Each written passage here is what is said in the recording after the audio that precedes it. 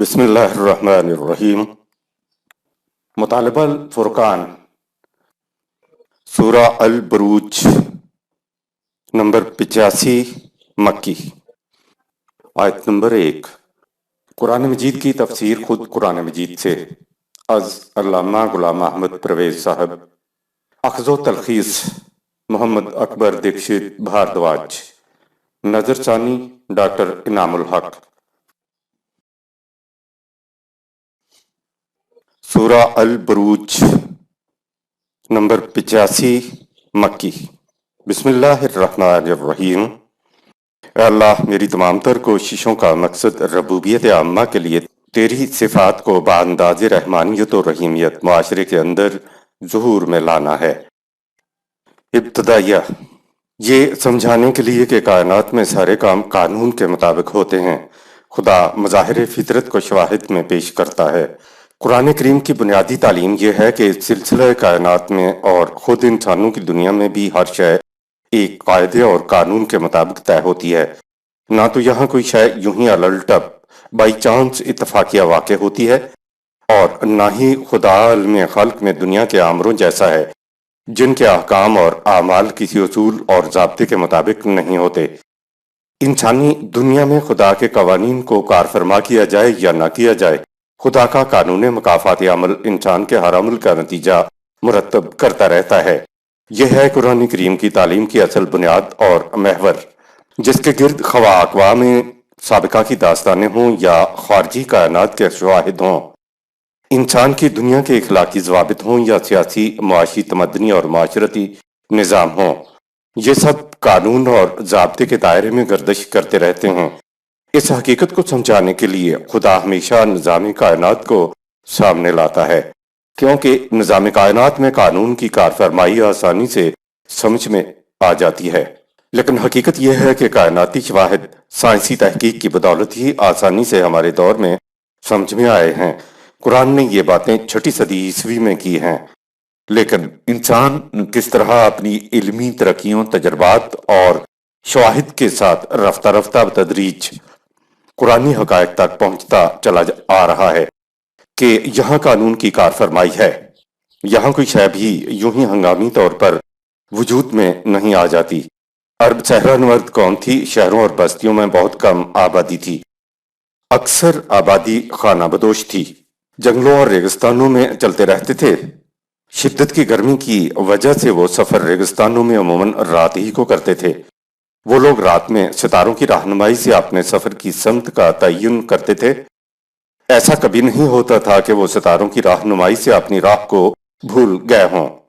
رات کے سفر میں ان کے ہادیہ طریقت ستارے ہی ہوتے تھے، اس لیے ان کے متعلق وہ کہتے تھے کہ یہ کبھی دھوکہ نہیں دیتے۔ قرآن عربوں کو ہمیشہ ستاروں کی مثال دیتا ہے کہ سوچو اگر کائنات میں یہ سب کچھ یوں ہی ہنگامی انداز میں ہوتا اور قانون کے تابع نہ ہوتا، تو یہ ستارے تمہیں ہمیشہ صحیح رہنمائی کس طرح دے سکتے ہیں۔ یہ ایسی محکم دلیل تھی جو ان کی سمجھ میں بڑی آسانی سے آ جاتی تھی کہ ستارے قانون کی زنجیروں میں جکڑے ہوئے ہیں، تب ہی تو یہ ہمیشہ صحیح رہنمائی دیتے ہیں۔ ستاروں کی مثال عربوں کو بھی مطمئن کر دیتی تھی اور آج بڑے سے بڑے سائنسدان کو بھی مطمئن کرتی ہے۔ آیت نمبر 1۔ والسماء ذات البروج۔ شاہد ہیں فضا کی بلندیوں میں نمایاں ہونے والے ستاروں کے مواقع اور منازل۔ بروج کا مفہوم السماء کے معنی ہے بلندیاں، اور واو شہادت کے لیے آتا ہے، اور تیسرا لفظ ہے ذات البروج۔ بروج برج کی جمع ہے، یعنی السماء کے جو ذات البروج ہیں وہ اس حقیقت پر شاہد ہیں۔ تو سمجھتے ہیں کہ بروج کیا ہیں۔ آپ نے لوگوں کو کہتے سنا ہوگا کہ آسمان میں 12 برج ہیں۔ ہمارے ہاں جنتریوں میں آسمان کے برج دیے ہوتے ہیں کہ سورج اب فلاں برج میں داخل ہو گیا، مثلا برج زحل میں یا برج عطارد میں داخل ہو گیا ہے۔ قدیم علم الافلاک میں 12 برج گنے جاتے تھے، لیکن عرب ان برج سے واقف نہیں تھے، اس لیے یہاں جو بروج کا ذکر ہے تو وہ 12 برج نہیں ہو سکتے جو یونانیوں کے ہاں علم الافلاک میں تھے۔ عربی بڑی ہی سائنٹیفک زبان ہے۔ ہر لفظ کے مادہ روٹ میں جو بنیادی معنی ہوتے ہیں، اس مادہ سے بننے والے تمام الفاظ میں مادہ کے بنیادی معنی کی جھلک آپ کو ضرور ملے گی۔ اس کے علاوہ عربوں کے ہاں تو یہ بات بھی ہے کہ عربی کے جس مادے کے اندر جیم پے اور رے کے حروف آ جائیں تو ایسے مادوں کے معنی میں شدت اور قوت پائی جائے گی۔ 3 حروف جیم بے اور رے اگر ایک کسی بھی عربی مادے کے اندر آ جائیں تو معنی میں شدت اور قوت کا مفہوم پایا جائے گا، اور اگر عربی مادہ میں بے اور رے اکٹھے آ جائیں تو اس میں اظہار اور کسی چیز کی نمود کا مفہوم پایا جائے گا۔ اگر بے جیم اور رے تینوں اکٹھے آئیں تو لفظ میں شدت اور اظہار کے معنی پائے جائیں گے۔ لہٰذا اوپر دیے گئے عرب کے قاعدے کی روح سے برج کے معنی ہے شدت اور قوت، ابھار، نمود اور اظہار ہے۔ 6 صدی عیسوی میں ٹمٹماتے ستاروں کے متعلق جلتے چراغ سے زیادہ علم کسی کو نہیں تھا کہ یہ کیا ہیں۔ 6 صدی عیسوی میں یہ کہنا کہ ان ستاروں میں ابھار پیدا ہوا، یہ ابھری ہوئی چیزیں ہیں جن میں شدت اور قوت ہے، نبوت اور ابھار ہے، یہ بات خدا ہی کہہ سکتا تھا۔ عربوں کو قرآن نے پہلی دفعہ بتایا کہ یہ ستارے نمبر 1 ابھری ہوئی چیزیں ہیں، نمبر 2 فضا کی پنہائیوں میں تیر رہی ہیں، نمبر 3 اپنے دائروں کے اندر گردش کر رہے ہیں، اور نمبر 4 چیزیں اپنے محور کے اوپر بھی گردش کرتی ہیں کہ پہلو بدل بدل کر تمہارے سامنے آتی ہیں اور اپنے مدار پر بھی گردش کرتی ہیں، جس سے لیل و نہار بھی پیدا ہوتے ہیں۔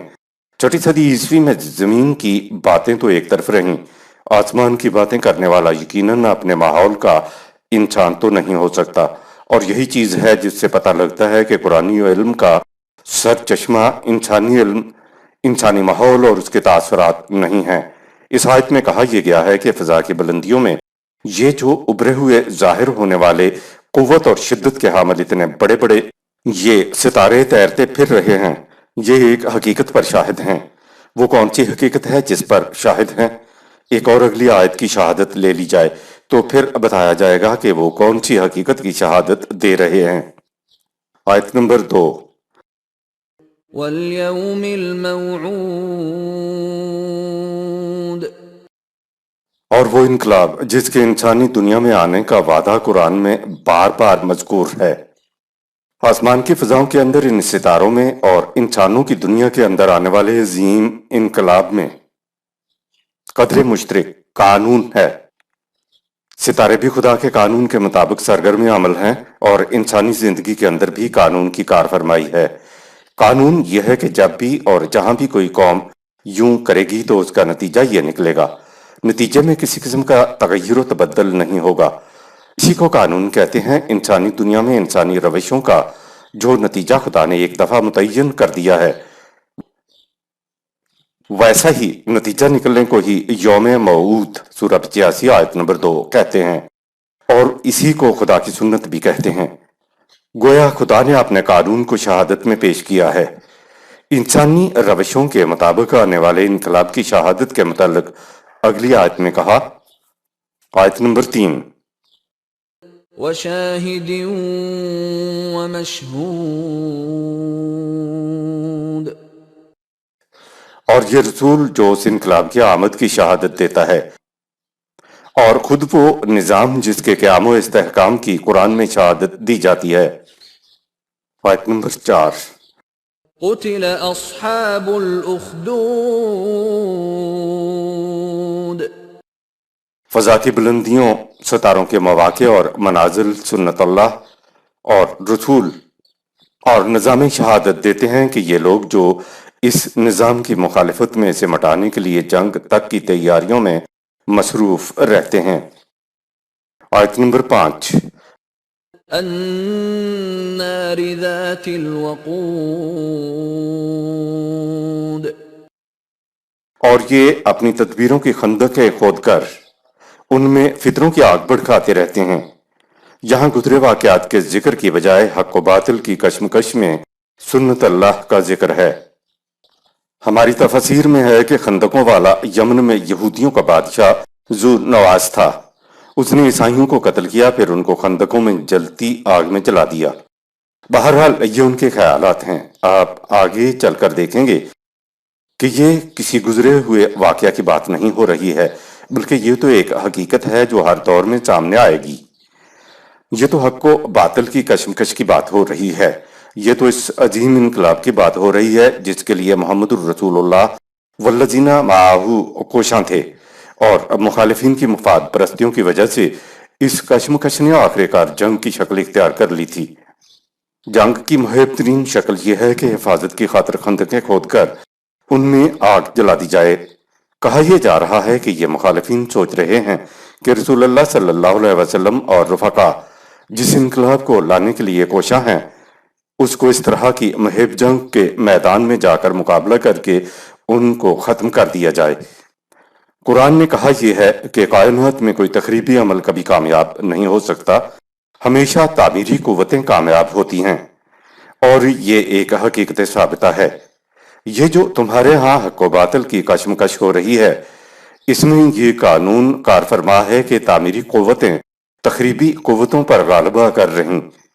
یہ ذاتی مفاد پرستی پر مبنی سرمایہ دارانہ نظام خدا کے نظام ربوبیت عامہ کے اوپر کبھی غالب نہیں آ سکے گا، چاہے یہ خندقیں کھود کر ان میں آگ ہی کیوں نہ بھڑکا لیں، اپنے باطل پروگرام پر چاہے یہ جم کر ہی کیوں نہ بیٹھ جائیں اور کامیابی کے منتظر رہیں، لیکن آخر کار یہ باطل کے طرفدار ہی تباہ و برباد ہوں گے۔ یہ ہے وہ حقیقت جس پر شہادتیں دی گئی کہ خدا کے قانون میں غلبہ ہمیشہ حق کو حاصل ہے۔ اگلی آیت میں صاف ہو جائے گا کہ اصحاب الاخدود سورہ 85 آیت نمبر 4 کن کو کہا گیا ہے۔ آیت نمبر 6، إذ هم عليها قعود اور اپنی مخالفت کے پروگرام پر جم کر بیٹھے ہیں۔ آیت نمبر 7، وهم على ما يفعلون بالمؤمنين شهود اور جو کچھ دوسرے غیر لوگ جماعت مومنین کے خلاف کرتے ہیں، یہ مخالفین قریش اسے بھی ایک تماشا سمجھ کر دیکھتے رہتے ہیں۔ مخالفین کی یہ حرکتیں ہمارے قانون کے خلاف ہیں، اس لیے یہ اس امر کی شہادت ہے کہ مخالفین بالآخر تباہ ہو کر رہیں گے۔ آیت نمبر 8، وما نقموا منهم إلا أن يؤمنوا بالله العزيز الحميد یہ لوگ جماعت مومنین کی مخالفت محض اس لیے کرتے ہیں کہ یہ خدائے الحمید والعزیز پر ایمان کیوں لے آئے ہیں۔ سورہ 5 آیت 59، سورہ 22 آیت نمبر 40۔ خدا اپنی صفات کو موضوع اور عنوان کے اعتبار سے لاتا ہے، اور یہ بڑی ہی قابل غور چیز ہے۔ یہاں العزیز اور الحمید خدا کی صفات آئی ہیں، کیونکہ اگلی آیت میں کائنات میں خدا ہی کے قانون کی کار فرمائی کا ذکر ہے۔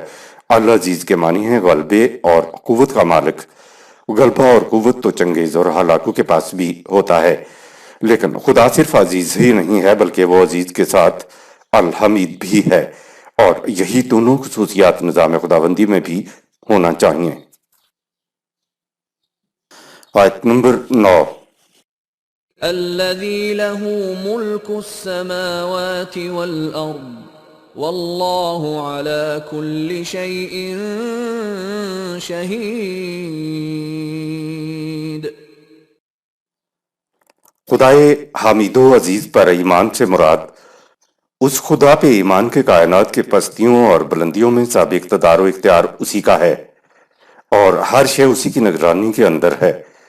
کبریائی اقتدار، ساورنٹی، جو اقتدار اعلیٰ کہلاتا ہے، اسی کا نام دراصل قانون کی کار فرمائی ہے۔ کائنات میں خدا ہی کا قانون کار فرما ہے۔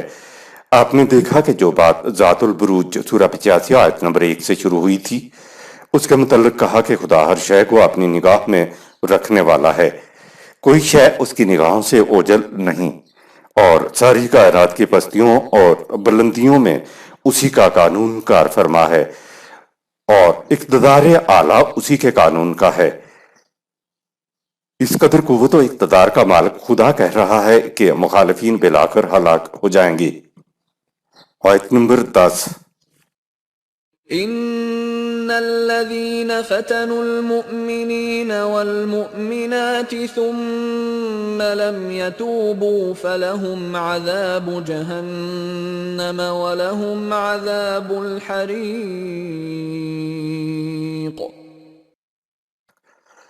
ان سے کہہ دو کہ جو لوگ مومن مردوں اور عورتوں کو ایذا دیتے ہیں اور اپنی اس روش سے باز نہیں آتے تو ان کے لیے جہنم کا عذاب ہے جو ان کا سب کچھ جلا کر راکھ کر دے گا۔ حق پرستوں کے ہاتھوں ٹکراؤ میں مخالفین کی تباہی ہو تو اس میں مخالفین کے لیے عبرت ہے۔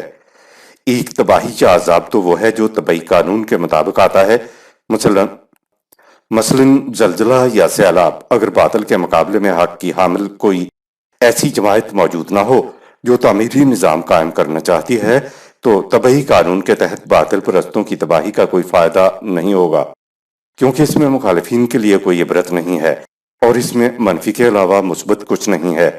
لیکن اگر ان کے مقابلے میں کوئی ایسی جماعت ہے جو مثبت اور تعمیری نظام قائم کرنے کے لیے اٹھی ہے تو حق کے علم برداروں کے ہاتھوں ٹکراؤ میں باطل قوتوں کی تباہی حق پرستوں کے حق میں کامیابی اور کامرانی کا باعث بن جاتی ہے۔ یہ مثبت پہلو ہے اور اس میں مخالفین کے لیے عبرت بھی ہے۔ اسی لیے باطل قوتوں کی تباہی کے بعد حق کے لیے اٹھنے والی جماعت کا ذکر اگلی آیت میں آیا ہے، لہٰذا اس آیت میں حق کے علم برداروں کے ہاتھوں مخالفین کی تباہی مراد ہے، جسے قرآن عذاب کہہ کر پکارتا ہے۔ آیت نمبر 11۔ ان الذين آمنوا وعملوا الصالحات لهم جنات تجري من تحتها الأنهار ذلك الفوز الكبير۔ مخالفین کے برعکس جو لوگ قوانین خداوندی کی صداقت پر ایمان لا کر ان کے مطابق صلاحیت بخش کام کرتے ہیں تو ان کے لیے دنیا و آخرت میں اس جنت کی زندگی ہے جس کی تازگی اور شادابی میں کبھی کمی نہیں آئے گی۔ اعمال کے بدلے میں ایسی جنت کی زندگی کا مل جانا یہ بہت بڑی کامیابی و کامرانی ہے۔ ذالک الفوز الکبیر، یہ بہت بڑا حصول، اچیومنٹ ہے، یعنی انسانی زندگی کا آگے بڑھنا فوز الکبیر ہے۔ الکبیر لفظ بتا رہا ہے کہ ایمان اور عمل صالح والے افراد کے اندر کبریائی کی صفت خداوندی بحد بشریت پیدا ہو جاتی ہے۔ کبیر کا لفظ عربی زبان میں جس وزن کے اوپر ہے اس میں یہ ہے کہ ہنگامی طور پر ایسا نہ ہو بلکہ زندگی کا آگے بڑھنا اور بلند ہونا متواتر اور التزاماً ہوتا چلا جائے۔ آیت نمبر 12۔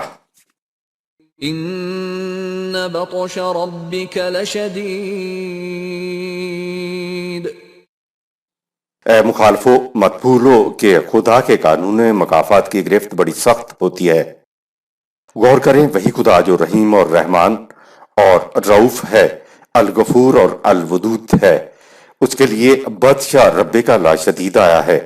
یہ یاد رہے کہ خدا کی صفات نہایت متوازن ہیں، جہاں پکڑ کی ضرورت ہوتی ہے صرف وہاں سخت گرفت ہوتی ہے۔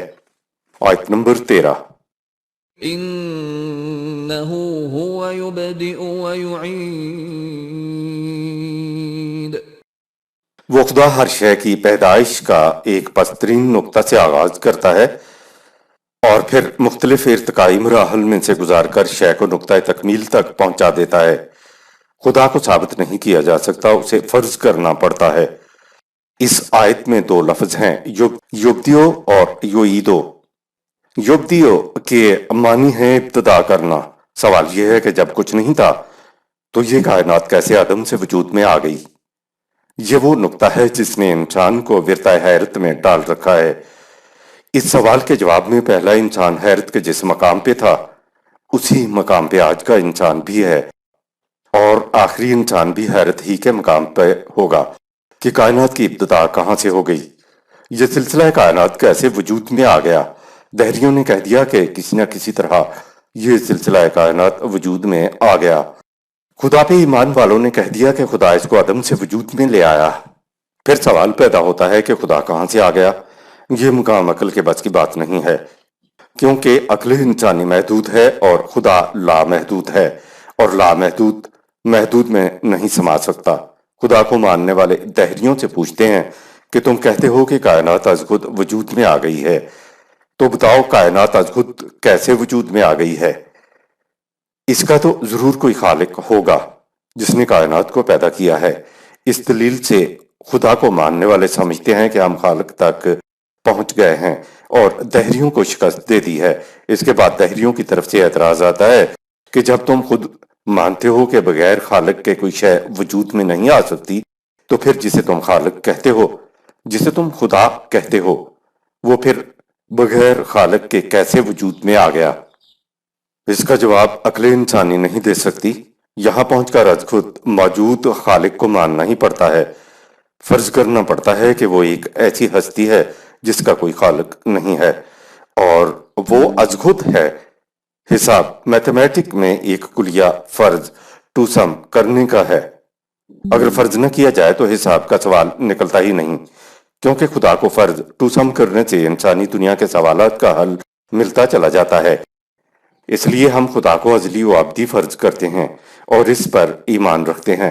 ایک نہیں بلکہ تمام انبیاء کرام کی خدا کی طرف سے عطا کردہ تعلیم کے انسانی معاشرے میں مثبت نتائج یہ ثابت کرنے کے لیے کافی ہیں کہ خدا کو ٹھیک فرض کیا گیا ہے۔ نہ تو اشیاء کائنات شروع سے موجود حالت میں تھیں اور نہ ارتقاء لا منتہا ہے۔ قرآن خدا کو فاطر السماوات والارض سورہ 12 آیت 101 اور بدیع السماوات والارض سورہ 6 آیت 101 کہتا ہے، یعنی ابتدا اوریجن سے ابتدا کرنے والا۔ اس ابتدا سے یہ سوال پیدا ہوا کہ کیا ہر شے جس طرح آج موجود ہے کیا اسی طرح ابتدا سے وجود میں آ گئی تھی؟ انسان کا ذہن تو موجودہ وجود ہی کو شے کی ابتدا سمجھتا چلا آ رہا تھا، لیکن ہمارے دور میں یہ چیز سامنے آئی کہ نہیں، اشیاء کی ابتدا تو بہت ہی پست ترین حالت سے، حقیر سی حالت سے وجود پذیر ہونا شروع ہوئی ہے۔ پھر ہر شے مختلف ارتقائی مراحل میں گردش کرتی ہوئی، مختلف منازل طے کرتی ہوئی آگے بڑھتی ہوئی موجودہ شکل یا ہیئت میں پہنچی ہیں۔ اس نظریہ ارتقاء کی ابتدا 18ویں صدی عیسوی میں ہوئی، جس میں کہا گیا کہ دنیا میں موجودہ اشیاء کی ہیئت ابتدا میں بالکل مختلف تھی۔ اشیاء کائنات آہستہ آہستہ ارتقائی منازل طے کرتی ہوئی آج کی تکمیلی شکل میں پہنچی ہیں۔ یوید یعنی آواتا، اس کا مادہ عین واودال ہے۔ اس لفظ کے معنی پلٹنا، لوٹنا اور کسی چیز کو اس طرح ارتقائی گردشیں دینا ہے کہ شے اپنے معیار یعنی تکمیل تک اس طرح پہنچ جائے کہ جس کے بعد مزید ارتقائی گردشوں کی ضرورت نہ رہے۔ ہم اس کو شے کی آخری منزل کہیں گے، جہاں آگے مزید ارتقائی گردشیں ختم ہو جائیں گی۔